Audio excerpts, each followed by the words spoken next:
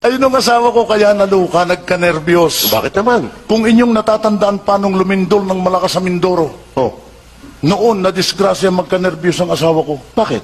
Ika-15 ng Disyembre. Ika-15. Oo. Oh. Alas 2 ng madaling araw, kami mag-asawa nakahiga. O ngayon? Biglang lumindol. Natakot ang asawa ko. Sabi nung aking asawa, Diyos ko, katapusan na. Siya mo. Sabi ko, hindi, ika-15 laang. Tarantado talaga ito. Siguro kaya nga luka yung asawa mo dahil di sa'yo eh. Nako, buti naman ako nagkaasawa kahit luka. Bakit naman? Aba, ay kung wala naman lukay, walang papatol sa akin eh. Napaka-humble mo naman pare. Sabi nga ng tatay ko, Tabo, yung asawa mo pala'y luka, aking ipagagamot. Oh. Sabi ko, tatay, utang na loob, huwag mong ipagagamot yan. Bakit naman? Pag gumaling, hihiwalay yan sa akin. Tatauhan na.